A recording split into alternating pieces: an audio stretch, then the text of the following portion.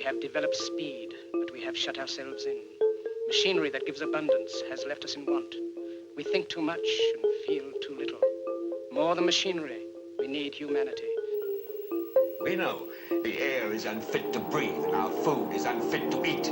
As if that's the way it's supposed to be. We know things are bad, worse than bad. They're crazy. Silence!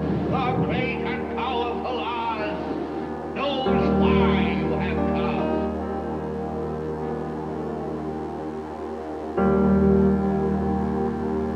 You've got to say, I'm a human being. God damn it. My life has value. You have meddled with the primal forces of nature.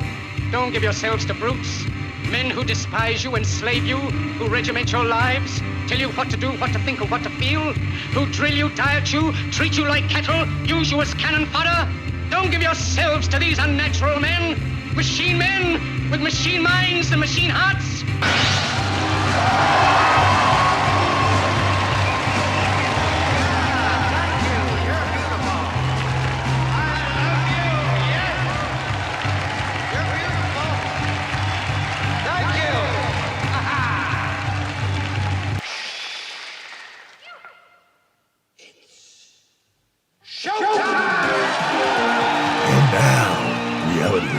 With Jason Bermas. And who loves you? And who do you love? Good morning, good morning, good morning. And who the F is this guy? Javier Milei, apparently is this guy's name, and I'm probably already butchering it. I believe I've played like one clip on the peripheral about this guy weeks ago, maybe months ago. I don't know.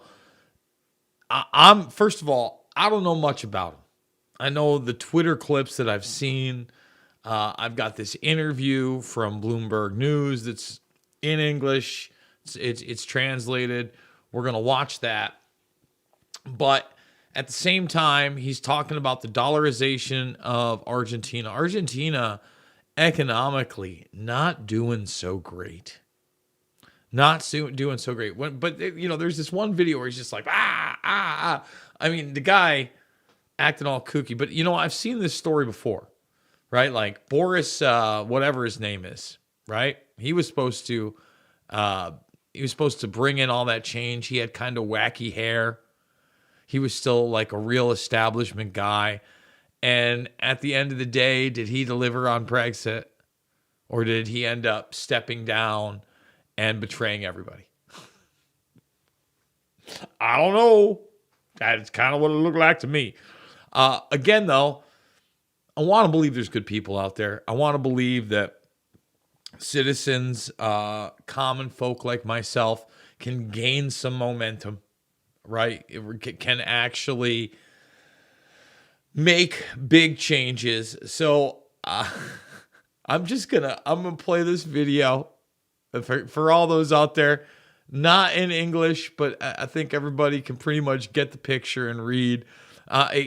It's very like high energy-esque Ramaswamy to me. Turismo y deporte, afuera. Ministerio de Cultura, afuera. Ministerio de Ambiente y Desarrollo Sostenible, afuera. Ministerio de las Mujeres y Género y Diversidad, afuera. Ministerio de Obras Públicas, afuera. Aunque te resistas.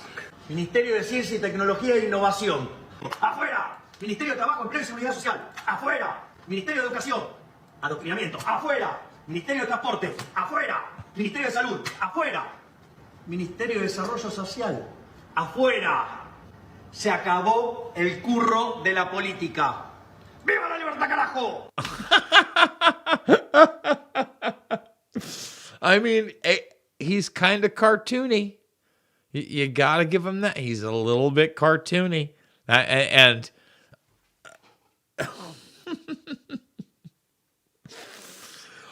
we're gonna watch this interview. That's gonna be a main part of the show. We're also gonna talk a little bit Kennedy assassination. That anniversary is coming up as Thanksgiving is just around the corner. Man, time flies. Been with Red Voice over a year. A lot to be thankful for. Just being able to get my voice out there, right? just being able to interact with other people that are challenging the status quo. I really do appreciate that. And I got to do about 2 hours with Kurt Metzger. I probably could have stretched it out to the 2 hour mark, but for some reason we got to like an hour or something. I don't know whose end it was on, but all of a sudden he was like blinking out and he was down to like less than one frame every 30 seconds. I guess I could have had him bow out, but he's coming from a DUMS. That's a joke. He wasn't really coming from an underground base of any sort. But we hashed it up. All you premium subscribers out there, and remember, if you sign up for premium right now, they've got a firearms sweepstakes going. So Second Amendment guys, somebody looking for something, nice little addition. Who knows? Maybe you're rolling the dice, but you're supporting the broadcast. And I've got quite a few clips of myself and Kurt hashing it up. But you know what? If you are a Second Amendment guy, I got this nice little Ron Paul clip from 1989. Before we go full Javier Milei.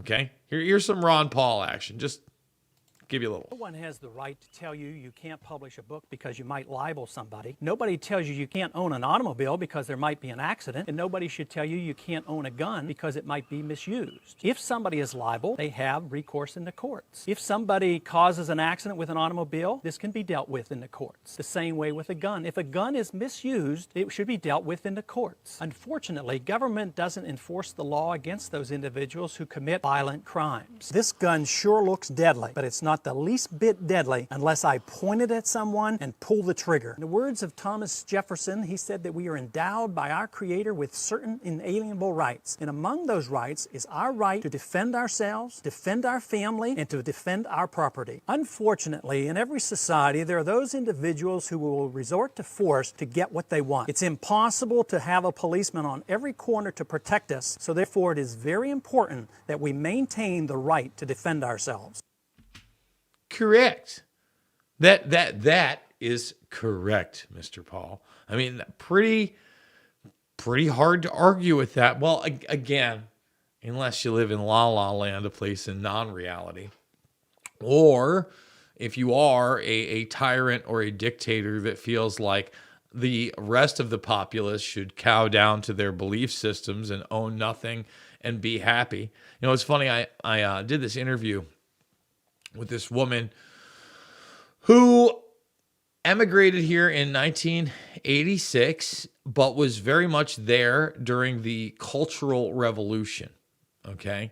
And when I say there, I mean China. And during it all, it happened at such a young age. And it was so bizarre because if you think about it in retrospect, there's some parallels to the COVID-19 84 nightmare. And you go, Jason, well, how so? The Cultural Revolution? Well, there was a lot of revolutionary acts that took place during that. But one of the things, obviously, is the shutdown. Now, what I found interesting, and I didn't really know, I knew some of the stories of the Cultural Revolution, but I didn't realize that they told people that school was going to shut down for a couple weeks. And then depending on where you were, it was a year, 2 years, sometimes almost 3.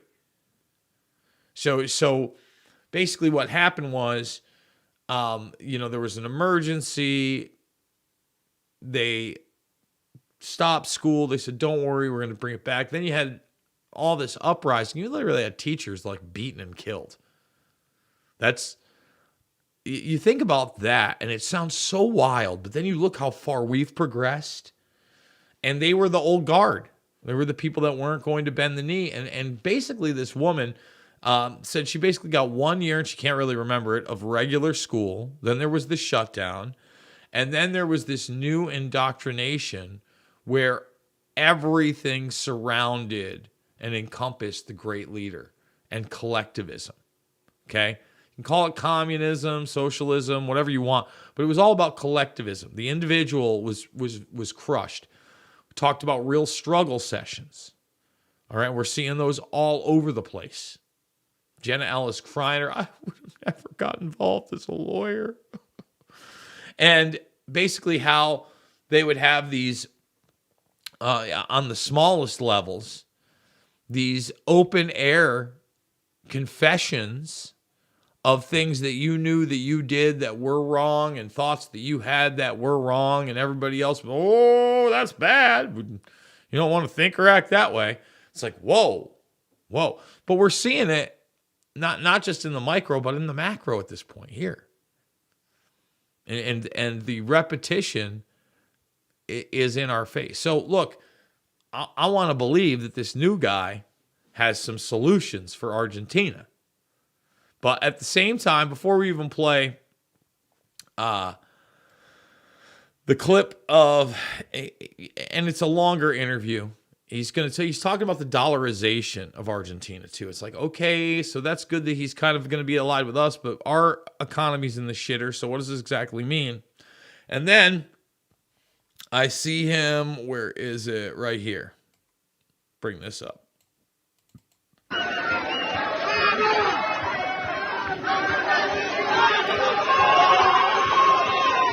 And it's like, okay, again, we're not anti, Israel here, but at the same time, where he's going to stand on the military-industrial complex.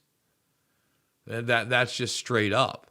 So you got an ally in war, and maybe they do get propped up more with the dollar. Is he really going to be able to do all those things that you just saw? Right? And at the same time, it's not like I can't say that RFK Jr.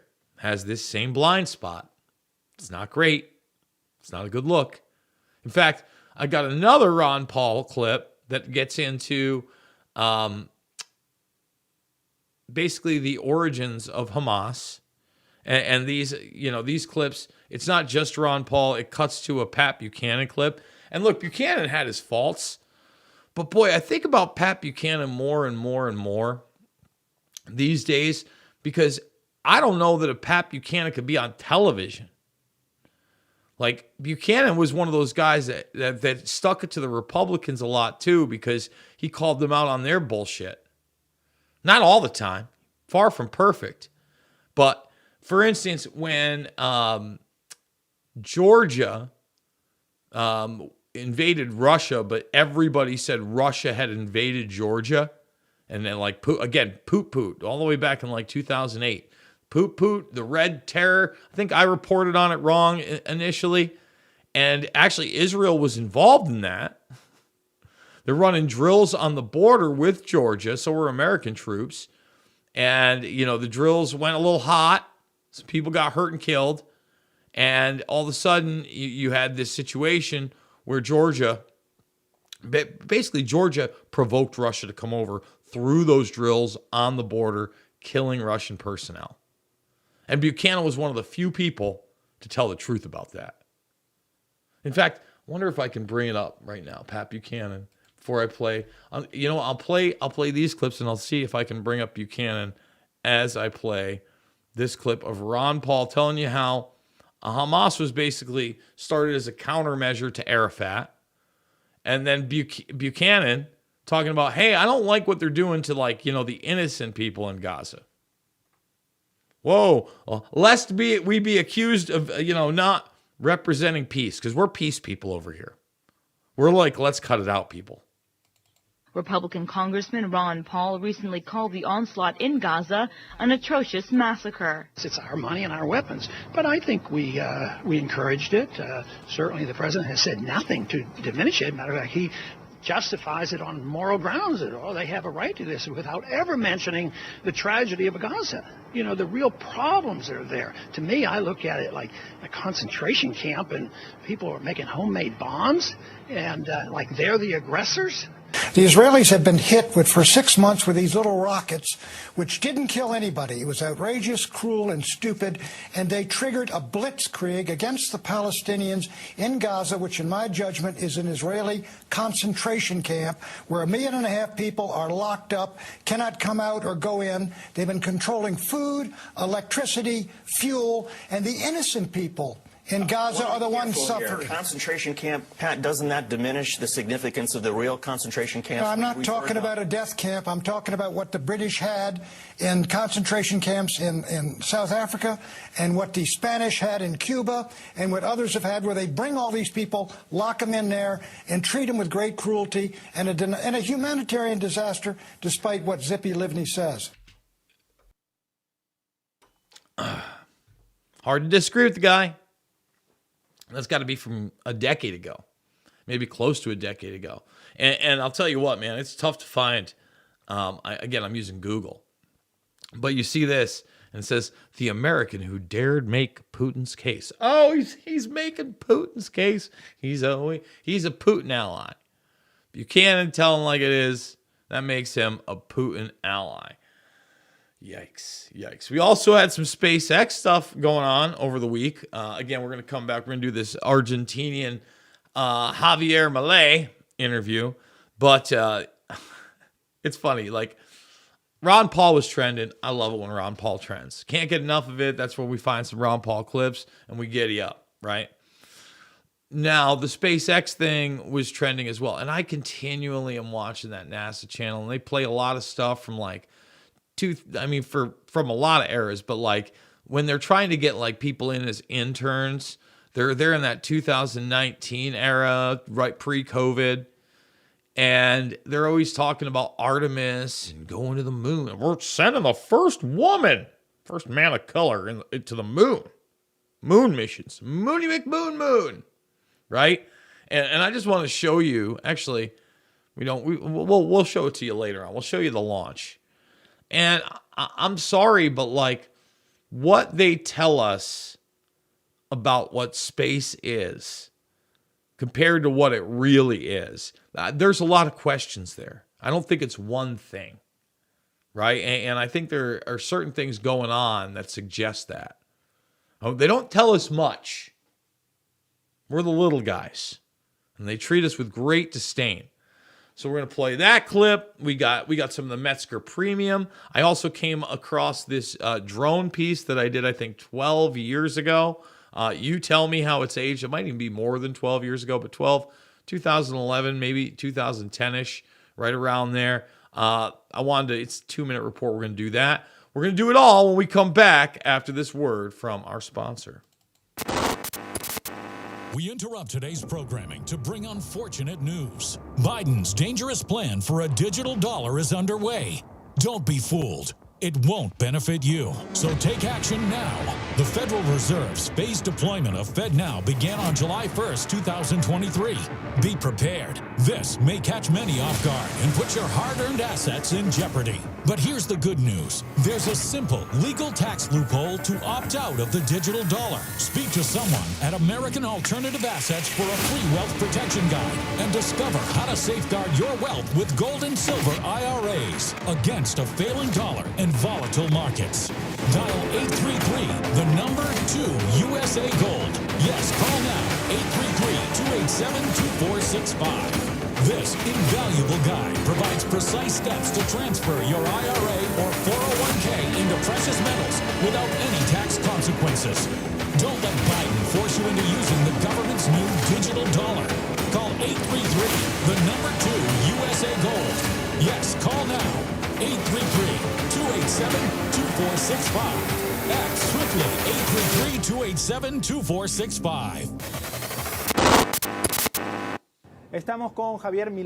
Here we are with Javier Milei, the outsider candidate for Libertad Avanza, who won Argentina's primary election this Sunday, August 13th. Javier, thank you for joining us at Bloomberg. We wanted to ask you first on what most raises doubts among investors, which is the dollarization plan. How fast do you think it can be implemented? How is it going to work in practice? And how will you get the Congress approval? And remember, it's not he won. He's the guy. He won. He did it. This is from August, so we're going to see. I mean, this is what he promised. I think there's a previous discussion about dollarization. Actually, strictly speaking, is to get rid of the central bank. The dollarization is an instrumental issue at the end of the day. There are 4 argumentative axes. One has to do with a moral issue, which is that stealing is wrong. And seigniorage is nothing more or less than a swindle by politicians against good people. Therefore, let's say if we consider that stealing is wrong, one of the greatest thieves in the history of mankind is the central bank. The second point has to do with a technical issue, because in the Argentine case, it is more evident when a product has no demand, its price is zero. So if the local currency has no demand and its price should be zero, the equilibrium real balances are zero. And again, I mean, you don't want Argentinian currency. It ain't doing great. But at the same time, how do you just start the dollarization plan too? I'm unclear. Whatever amount of money a central bank wishes to impose, the counterpoint is that the price level is infinite. Demand and its price should be zero. Equilibrium real balances are zero. Whatever amount of money a central bank wants to impose, the flip side is that the price level has infinity. So, in other words, it is a naturally inflationary economy. Then there are instrumental issues related with the different models of dollarization. There is probably the most iconic proposal, which is the proposal of Emilio Ocampo and Nicholas Kajanowski, and we have different versions to dollarize. So it's not a technical problem. There's also a political dimension that has to do with the fact that Argentine politicians, by means of seigniorage, steal 5 points of the GDP from the Argentine people. Well, I mean, let's be honest. The politician class are always thieves of the worst kind because they're not top-level thieves. They're all like capo gangsters. They're always working for some other interest. I mean, just the way it is. Probably that's the greatest resistance of those thieves who want to keep stealing from the good Argentines. That is the general framework. Then there are issues which can be discussed in terms of the implementation and how much time it would take. See how Ecuador did it in a compulsive manner. It was attempted to be done in 3 months. It was not possible. Then they tried to do it in 6 months. It was not possible either. Finally, it was done in 9 months because there is an operational issue regarding the exchange of bills. The largest bill in Argentina buys less than $3, and in the case of El Salvador, people were free to exchange colones for dollars. I want you to think about that. The largest bill they got, let's assume it's a hundo, and I don't know, I'm spitballing here, is worth $3 American. And our dollary ain't doing so well. I mean, I look at what like a penny's made out of now. I was thinking about this the other day. Like these are the new pennies, and I at first glance they feel so light. Here's a dirty penny. Here's a penny that probably has some copper in it still. What is this? Yeah, 1950, huh? Huh? Look at that. I mean, look at the difference. I get it. This one's shiny. You can feel the difference. This thing feels like a toy compared to this. That's a microcosm. Their largest bill's worth 3 bones. That doesn't get you a gallon of regular gas in this country. That's their biggest bill. Not doing so hot. This process ended up taking 24 months.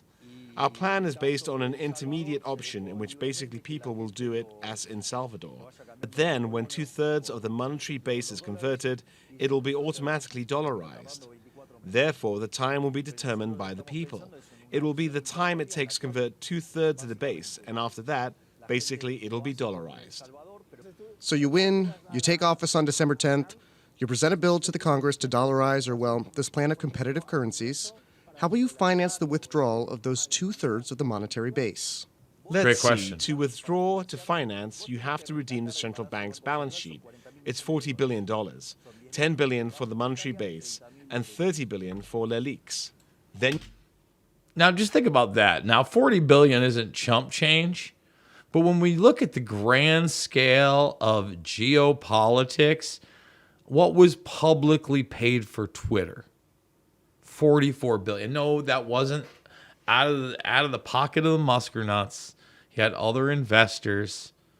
And since he's such a big military industrial complex contractor, how much of that is really his money or his assets? Right? We're talking about a country. That should show you how important these big tech companies are to the predator class. mainly for narrative control and management. You have reserves, let's say gold reserves, the Sedesa Fund, the Basel Fund, and the SDRs, which are around $10 billion. So to withdraw it, you don't have a problem. And to withdraw the LELIQs, you have government securities for the equivalent of $120 billion or $110 billion. So by trading 1/3, you would be able to redeem the LELIQs without any trouble. Then you have some sophisticated tools to make that rescue. But the truth is that even in the most basic case, where you exchange those securities for new ones under New York law, the day you dollarize, the economy eliminates the currency risk. It also becomes a credible stabilization program. Therefore, it ends up being expansive by lowering the currency and counterparty risk. Also, all this leads to less interest rate risk. Therefore, those government securities are going to have a huge rally, and you're going to get a huge capital gain. I mean, just the way he's talking about this, I just think that this idea of the dollarization of his economy is not necessarily conducive with what we saw in the beginning, where he's just like, they're out, gone. I mean, all those things are pushed by the West and the central banks. So how does that happen?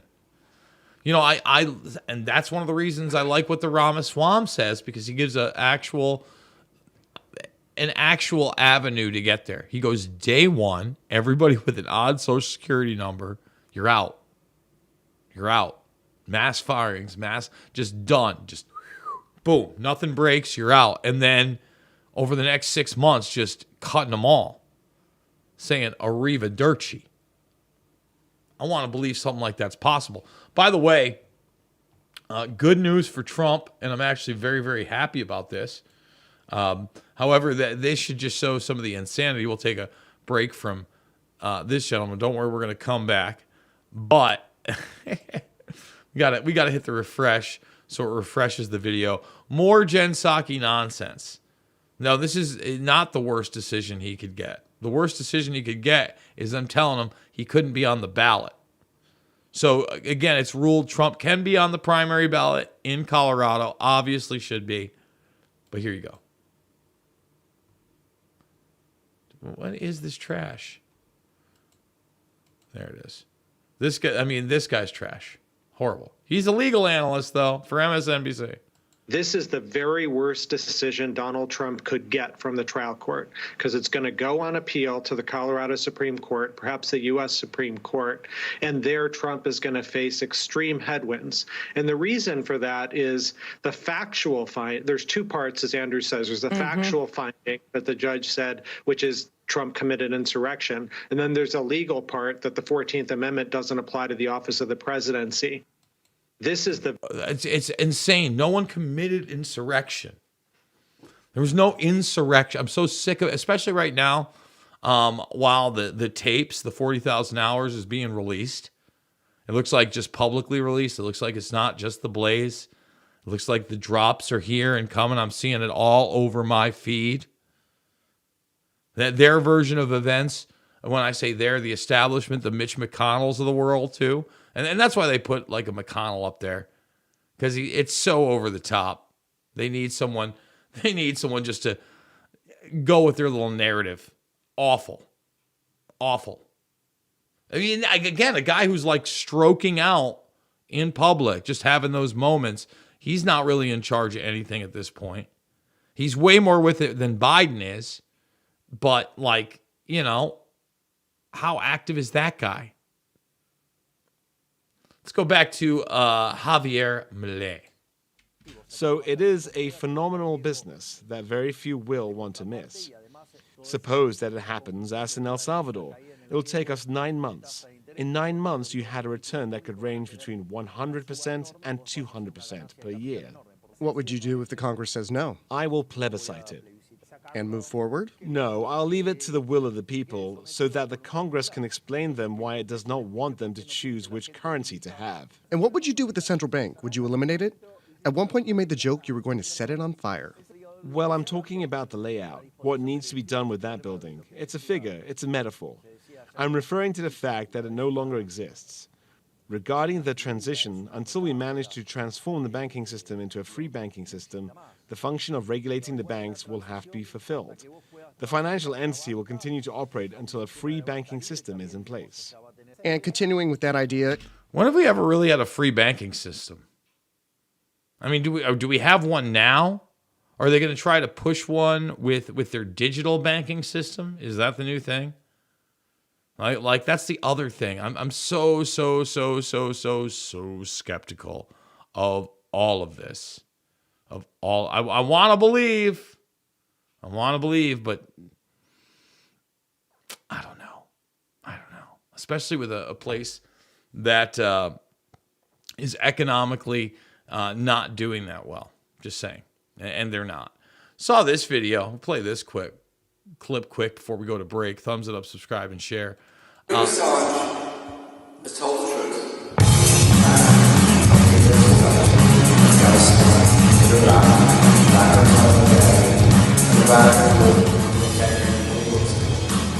Expose the truth.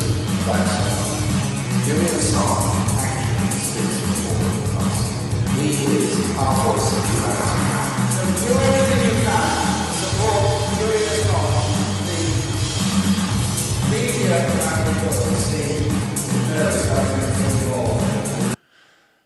anywhere and everywhere, man. We got to support Julian Assange. We got to support WikiLeaks. We got to support more information getting out of there because these people are trying to digitize everything. They've already digitized the narrative in a lot of ways.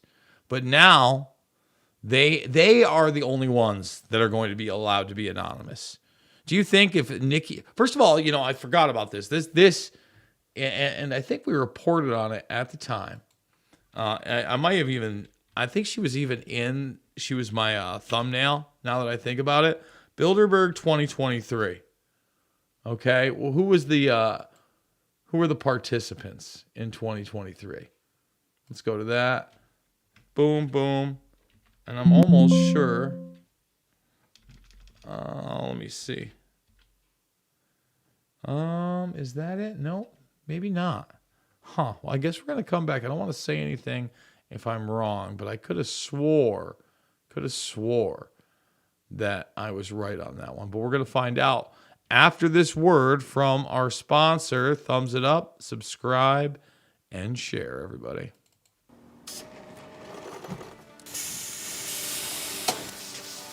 When I invented MyPillow, my passion was to help each and every one of you. And 20 years later, all of your support is what keeps us going. Because of you, we've been able to create thousands of USA jobs and help millions get the best sleep ever. To thank you, my employees and I are bringing you a limited edition MyPillow. The Giza Elegance MyPillow is made with my patented adjustable fill, the most amazing cotton, and a 2-inch pipe gusset. It has 4 custom loft levels, machine washable and dryable, and you get my 60-day money-back guarantee and 10-year warranty. Go to MyPillow.com or call the number on your screen. Use your promo code to get your limited edition 20th anniversary MyPillow queen size. Retails for $69.98, now only $19.98. That's right, get a queen size MyPillow for only $19.98. From all of us here at MyPillow, the video shows the neophytes, or initiates, kissing a skull, then performing a mock human sacrifice. Horrific screams caught on tape include chants of, "The devil equals death, death equals the devil." True. Famous alums include Senators John Kerry and John Chafee, to name 2, cabinet secretaries such as Averell Harriman, and 3 presidents, William Taft, George Bush, and George W. Bush, who's been reluctant to talk about Skull and Bones. Does it still exist? The thing is so secret, I'm not even sure it still exists. Former Skull and Bones members and current members have been presidents, heads of the CIA, senators, heads of business. I mean, huge corporations. These people have the network that brings them to such a position of power that most people could only dream of. Bush would run against his fellow bonesman and distant cousin John Kerry in 2004. You both were members of Skull and Bones, a secret society at Yale. What does that tell us? Not much, because it's a secret. Is there a secret handshake? Is there a secret code? I wish there were something secret I could manifest. 322, a secret number? There are all kinds of secrets, Tim. You were both in Skull and Bones, the secret society. It's so secret we can't talk about it. What does that mean for America? The conspiracy theorists are going to go wild. I'm sure they are. I don't know. I haven't seen the web. Number 322. This is an elaborate. So, it goes from there into there they are at the Buddhist temple. That's George Bromley, the one in the big headdress there. That was the high priest of the grove. And instead of the owl back in the day, they had a big Buddhist statue. Death in the Occult continues. Go ahead. Why did they switch it to an owl? So Bromley, and I have that book at home. It's called, in fact, we can bring it up here. It's called The Long What year Ago. did they do that? What's Do you know? that? What year did it go from Buddha to owl? Early 1900s when he was brought in. So the club actually is from the late, I think 1872 is when it starts. And he gets brought in the early 1900s. He goes to China, of all places, to study Eastern mysticism. He's been a part of the club, obviously. You see the Druid stuff. And then I'll type long ago and later on. The cover of his book, let's see, the long ago and later on. Come on. You got to be kidding me. Dude, Google, you suck. How could I not get it? There he is right there. Perfect. So the book here is an owl on a boat. He brought it back from Eastern mysticism. I actually have this book, and I have his obituary. So he's in those as Uncle George, and basically he chooses the owl because it's wisdom, it's a predator, and it sees in the dark, right? So it's the great owl. And the cremation of care is basically this ceremony that they induce because they are all working together, right? But they might have to do some bad things. Yeah, I picked up from burning. Wait, oh. I know you're there. You're there. I picked that up from the, burning their consciences. That's exactly it. So basically they say, begone dull care, and they absolve themselves from all the shitty things that they've done over the year. Now, right. What I wanted to get to, which I thought was important. So I saw you and Jimmy talking about 9/11 and the Israeli angle on it. And briefly. Get the whole story on Red Voice Media Premium using the link below, completely uncensored and ad-free. redvoicemedia.com/uncensored to watch both parts of that interview. We talked about, I love having Metzger on. I love that I'm connected with that group. I love the fact that Craig Pasta-Jardula, who's down in Hawaii right now, you go to my Twitter feed, I'm retweeting his stuff. It's a good feeling to go beyond the left-right paradigm, right? We're just talking about this Javier guy, who knows? But at the end of the day, you look at the false left-right dichotomy right there with John Kerry and George Bush back in the day, the Cousins, the Bonesmen. And then you look at like their actual rituals. So that came up because we were talking about Skull and Bones and their actual importance, etc. And then he said something about, the old tossing off in coffins while recounting your sexual history, which is an actual thing. I'm like, well, actually some of the rituals are out there. I'm like, oh, really? Yeah. And I decided to bring that part of the documentary up. We're going to shift gears. We're going to go SpaceX. That's what we're going to do. We're also going to do some Kennedy stuff today, by the way. Got to get the Kennedy stuff in. Want to bring in the SpaceX. It's a hodgepodge show. So thumbs it up, subscribe, and share. So this is the SpaceX launch behind me. We're not going to show any of the sound. We're just going to show you right there with the, look at the interaction between the rockets and the, atmosphere, ionosphere, etc. It's pretty wild, right? And you never really see this much of the stuff. That's always what's really frustrating to me too, is that you'll see this or you'll see something released by NASA, etc., but you don't see the raw footage.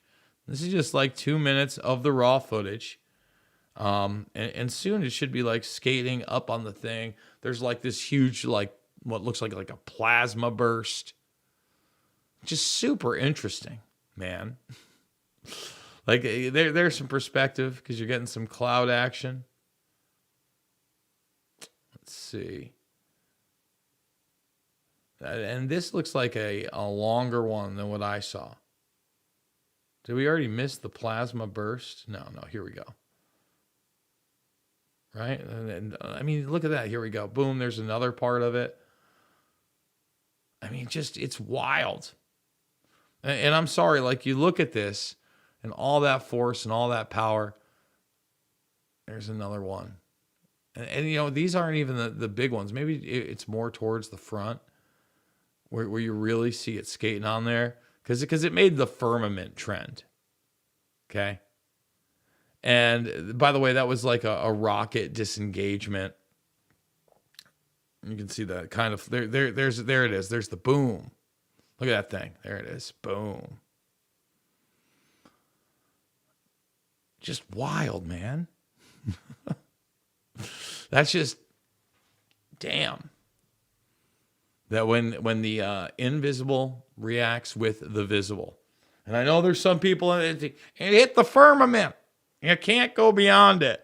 And I got to admit that when that was trending, the first thing that comes into my mind is the Nazi who we put in the head of NASA, Werner von Braun. And von Braun was vying for certain other positions too. There were other places where they were going to put him. But NASA really, by the way, you know, that's another story I didn't even get to. And I have it up here. And I might want to play some of that now today. Dennis Bushnell, the chief scientist at NASA that I have harped on time and time and time again, retired. That's breaking news to me. But he retired all the way back in June. I think it was June 30th. And he did this podcast, this NASA podcast, in the final hour of his, the final hour of him doing it. Like, and I listened to it, and there's certain parts about it which, you know, I think he's feeding the line and towing the bullshit. But they're, you know, this thing only has, 900? Who knows how many people have actually listened to it? Maybe like a couple thousand tops. But it actually has a few things in it that I think are very insightful and kind of go against what we're being taught are the norms too.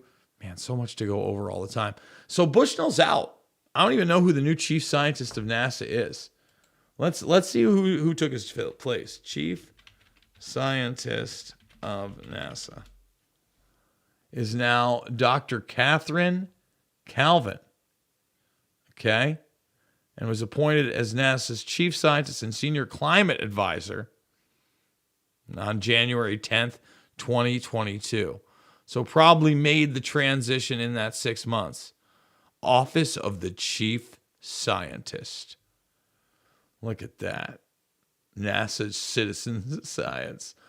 And let's see, who's this? There's the podcast, Jim Green, and Alan Alda right there. But I guess that's the guy that does the podcast now because it's a woman with Bushnell. Anyway, there was something really interesting in there where he talked about basically that our schools are indoctrination centers. That's what he basically said. He said the imagination is crushed by like the third grade. By after the second grade, not a lot of imagination left. And he used the term maverick in there. Maybe we'll save that. We're probably going to have to save it all for tomorrow. But he talked about mavericks. And he basically said, you know, you have to be taught how to invent things on a human perspective. He even talks about AI, he talks about the virtual age, and he talks about ideation and how AI invents and how the human brain invents and how, you know, you want this imagination, this imaginative aspect. He talked about how a lot of them don't play nice with others. A lot of them are often only children. It just, the kind of stuff that I get interested in. People ask me, oh, what do you listen to? Who do you watch? Not a lot. I suppose I watch Jones, and honestly, the video game, it looks like Metal Slug. Like a lot of people are drawing the Contra references to it. And yeah, it got the Metal Slug for all you old school gamers out there. Neo Geo style, arcade and otherwise. The new Alex Jones game, it's $17.76. The only reason I haven't pulled the trigger yet is because I'd like to play it on console. Like, who knows if they're going to be able to get it on Xbox and with whatchamacallit, with iOS or any of that stuff, or Android. Like, can I use the physical controller? I hate touchscreen games. Absolutely hate them. But maybe we'll do a playthrough. Maybe I'll buy it if I can play it on a controller and on PC. It does look hilarious.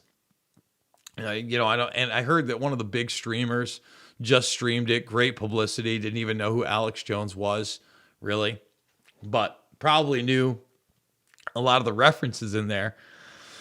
So, hey, congrats to Alex. I hope it does help keep InfoWars afloat, because really that's the one place that I do go check in on. And by the way, there's a lot I don't agree with on there. Constantly. I just want Alex and otherwise, just a lot of the perspectives. I have a separate, nuanced opinion. I think that's okay. I think it's okay to have differences of opinion. Just me. Let's play this right before we go to break, because it's a clip from JFK 2, and then this will start the JFK conversation. Everything seemed normal as the president's Secret Service bodyguards kept their ever-watchful eyes on the crowd.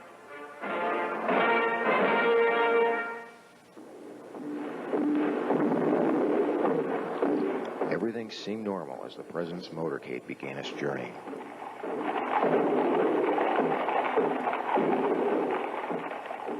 Everything seemed normal. That is, up until this instant. What took place is so odd that we're going to examine the scene 4 more times.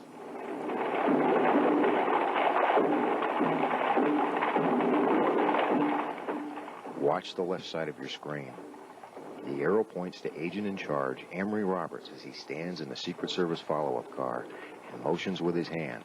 What he is doing is calling away the president's 2 most important bodyguards, the bodyguards whose job was to protect the president's back by riding on the bumper of the limousine throughout the motorcade. But there's nothing suspicious about that. We'll be back after this word from our sponsor. Attention Americans, breaking news. Biden's dangerous plan for a digital dollar is underway. Don't be fooled. It won't benefit you. Take action now. The Federal Reserve phased deployment of FedNow began on July 1st, 2023. Be prepared. This may catch many off guard. Your hard-earned assets are in jeopardy. But there's a simple legal tax loophole to opt out of the digital dollar. Reach out to American Alternative Assets for a free wealth protection guide and discover how to safeguard your wealth with gold and silver IRAs against a failing dollar and volatile markets. Visit protectfrombiden.com. This invaluable guide provides precise steps to transfer your IRA or 401k into precious metals without any tax consequences. Be smart. Don't let Biden force you into using the government's new digital dollar. Visit protectfrombiden.com to get your free guide and get started. Again, that's protectfrombiden.com. So, obviously right Attention, there... America. Attention, America. Attention. Obviously, right there, you question why in the world the Secret Service agents that were supposed to be protecting the President of the United States would be called off just before he gets shot. Quite the coincidence, right? Well, I often talk about a guy named Warren C. DeBrew and the fact that he seemed to be Oswald's FBI handler. He also followed Oswald from New Orleans to Dallas before the assassination. Then is put in charge of the initial investigation and 8,000-page filing, overnight investigation, or 800-page filing. I'm sorry, overnight investigation in Dallas. And there's this clip I'm going to play from. This is a CBS Reports Inquiry. It's a CBS Inquiry report. Now let's go to, it's extensive on Oswald. I would encourage people to go check out a ton of it. Where is my clip on it, though? Oh, is that it right here? Yes. Casa Cuba. No, it's a little bit after this. It's 120 maybe. Here he is, right here. Just play this. Besides the Fair Play for Cuba Committee, whose New Orleans chairman and sole member he then was, the owner of the Havana bar, Oriste Paño, told Bruce Hall that he has a different version of Oswald than the one Edward Butler retains. Did any of the people you saw having a meeting with Lee Harvey Oswald, were any of these FBI agents? Yes. Warren C. DeBrew. Warren DeBrew is an FBI agent, and you saw him with Lee Harvey Oswald? Yes, I knew Warren C. DeBrew very well because I used to work with him. What did you do with Warren DeBrew? I was an informer for the FBI about the people in New Orleans. What happened when the FBI agent, whom you said you had seen with Lee Harvey Oswald, who was also the man you were the informant for, what happened when he came to the bar before you went to the Warren Commission? About 10 days before I went to testify at the Warren Commission. Could be less than 10 days. He came and he called me from behind the bar and said he wanted to talk to me. He called me on the table. He told me he was very, very nervous. Very nervous. And he told me, if you ever talk anything about me, I will get rid of you as. Yours and those words.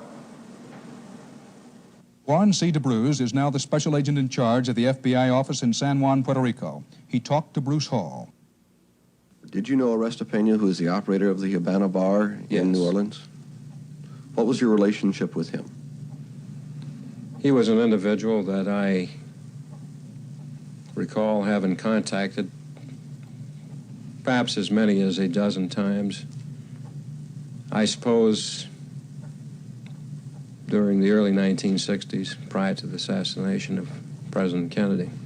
Oreste Paño says that he was, in a literal sense, an informer for the FBI, and that he knew you well because you were his contact man with the FBI. Look at this little smirk, huh? Even then, they got little smirkles on. Nothing going on here. This guy's the guy in charge. By the way, Oswald, FBI, CIA connections, all these different languages. Again, nothing to see here. And that on numerous occasions, he saw you and Lee Harvey Oswald together, and in particular, in a Greek restaurant in New Orleans in the French Quarter. What is your response to that? My response to that is he is wrong in his statements. I have never seen Lee Harvey Oswald at any time in my life personally, nor have I talked to him by telephone knowingly. Never talked to him on the telephone knowingly. That seems a little odd, a bit of an odd statement. I've had absolutely no contact, no personal knowledge, first-hand contact with Lee Harvey Oswald, nor do I have any secondary contact with him. Was Lee Harvey Oswald an informant of the FBI? He was not my informant, and I have no information whatsoever that he had ever been an informant for the FBI. Did you ever use the phrase, to get your ass, or threaten Oreste Paño in any way in connection with his Warren Commission testimony? I certainly don't recall ever having made that a statement to Oreste Paño. My recollection is that I treated him with a great deal of patience and with due respect. There would have been no reason whatsoever for me to have made such a statement.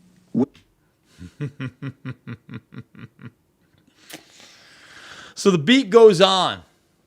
And, you know, the anniversary of the Kennedy assassination is coming up. And like I said, you know, it's this other show I have, they just book people. So I've got this guy coming on, Fred Litwin, who's debunked all the conspiracy theories.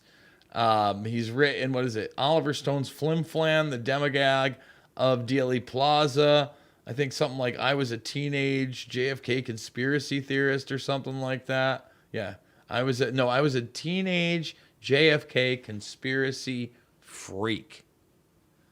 And like I'm willing to hear out everybody, but come on, man. Come on. Like the Warren C. DeBrew thing, it's in your face. In fact, let's see. Do we have this one right here? Let me see if I can just get that Warren up there again. Yeah. Here it comes. It'll be I did a whole video on this, and I'm not sure if that'll be maybe the Wednesday second hour. Actually, maybe I'll do it. Maybe I'll do a new one for the Wednesday second hour. But for those that don't know, now you do know, because DeBrew, this was basically put out there as an obituary in one of these like military things. Born December 26th, before you die. So he hadn't died yet at this time. But you can see right here, he re-entered the FBI in 1950 with special agent assignments from 1950 to 67 in Newark and New Orleans, including lengthy special assignments in Miami, Puerto Rico, and the Dominican Republic in 1966 during the country's revolutionary crisis, and in Dallas to the Kennedy assassination investigation, where he also directed the overnight analysis. He directed the overnight analysis, composition, and assembling of the first report, consisting of 800 plus pages. And Oswald allegedly was his FBI informant. Nothing to see here. No big deal. Nothing to see here. Nope. Let's see. We got time for one more Kurt clip before we go to break. Remember, the second hour is over at rvmrumble.com for free, rvmrumble.com. And for your pleasure, here's a little bit more Kurt Metzger. It was highly reported on. Roger Stone's the one. You don't know about that? Wait, 2018, I thought Epstein was dead by then. No. Wait. No, it was 2018. Absolutely not, because what happened was he hadn't been picked up yet. It was 2017 on the 2018 deal. You're right. He died in 2018. But for the 2018 elections, it was reported that he was meeting around that time, right? And then Cernovich corroborated it, and Roger Stone's the one that put it out. Then Bannon actually put out, you can find it right here. Let's do it live, everybody. Kind of live. The Monsters. Bannon. I've been trying to contact Cernovich for a while. I don't know if I have a bad number or something. I like that dude. I had him on my very first podcast and my other podcast. So here it is right here. So let's just bring it right up. It's still not out, The Monsters. How do you stream it? Is it up? No. So yeah, he actually put out a trailer where he's talking to Epstein, and Epstein talks about the island of Dr. Moreau. Let's see if it comes up in video. Let's see, 2 minutes. Here it is, right here. So here's Bannon sitting down with him, and this is before he dies. Who's the supporter? Time's Next up? month marks 2 years since the death of convicted sex offender Jeffrey Epstein inside a New York City jail. We were underage. We were little girls. By the time I was 16, I brought him up to 75 girls. He lived essentially like he was Gatsby. He was an absolutely terrifying person to encounter. You own an island, right? Thank you very much. Two islands, the islands of Dr. Moreau. Correct.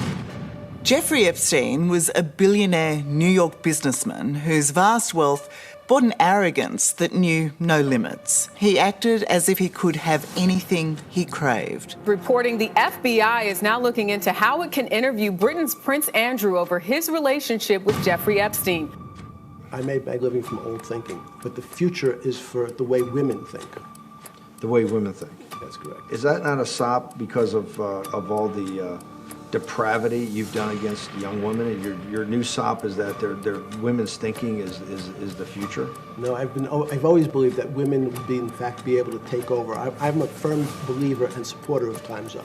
Federal prosecutors said yesterday video of Epstein's jail cell when he made his first suicide attempt no longer exists. I'm Jeffrey Edward Epstein. Have you ever been convicted of a crime? Yes. Epstein got away with his crimes because nearly every element of society allowed him to get away with them. This morning, we're learning new details of the exact cause of death of former registered sex offender and financier Jeffrey Epstein. The greatest threat to people put in solitary confinement is they try to kill themselves. Imagine that.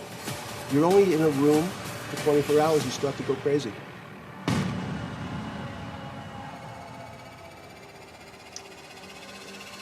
So he put that out. Apparently, there's 17, 18 hours of that interview. Okay, I got to get a clip of him saying, I support Time's Up. I have to have that. I have to have that. I'll DM it to you later on Twitter. You can definitely have it. Yeah, man. But that's not even the big one. It's the Island of Dr. Moreau shit. Not just one island, but two. He's literally talking about what? Transhumanism and the genetic manipulation stuff. Do you know what happened this week with Peter Nygard? No. Wait, Peter Nygard, who is that? The actor? Bro, we're going to have a fun one today. So no one in the United States, we got two Peters that they didn't talk about. Peter Nygard and Peter Daszak they didn't talk about this week. I heard of Peter Daszak. Is he the one that has a rivalry with Bill fucking Ackman? Sort of, but short sell bullshit? Well, he's the guy. No. Daszak is the dude with the gain of function, EcoHealth. He's the guy. We had the guy on. Get the whole story on Red Voice Media Premium using the link below, completely uncensored and ad-free. Oh, the Metzger's always fun. You want to see that whole thing? It's redvoicemedia.com/uncensored. Remember, we got the giveaway for a firearm, so you can enter to win that. You help support the broadcast. We're going to go to one final commercial. I'm going to tell you where you can find the second hour for free, even without any premium. If you're like me and you want to be prepared for the unexpected, that's where the Wellness Company's emergency medical kit comes over in. 40% of Americans say that they would avoid a doctor or a hospital unless it was a catastrophic situation. Medical emergency kits with... The kit contains 8 potentially life-saving medications for you to keep on hand in the event of natural disasters, supply chain shortages, medical emergencies, or like an apocalyptic situation. These are the actual medications that you would need in the event of certain situations. So they've got emergency antibiotics, antivirals, antiparasitics.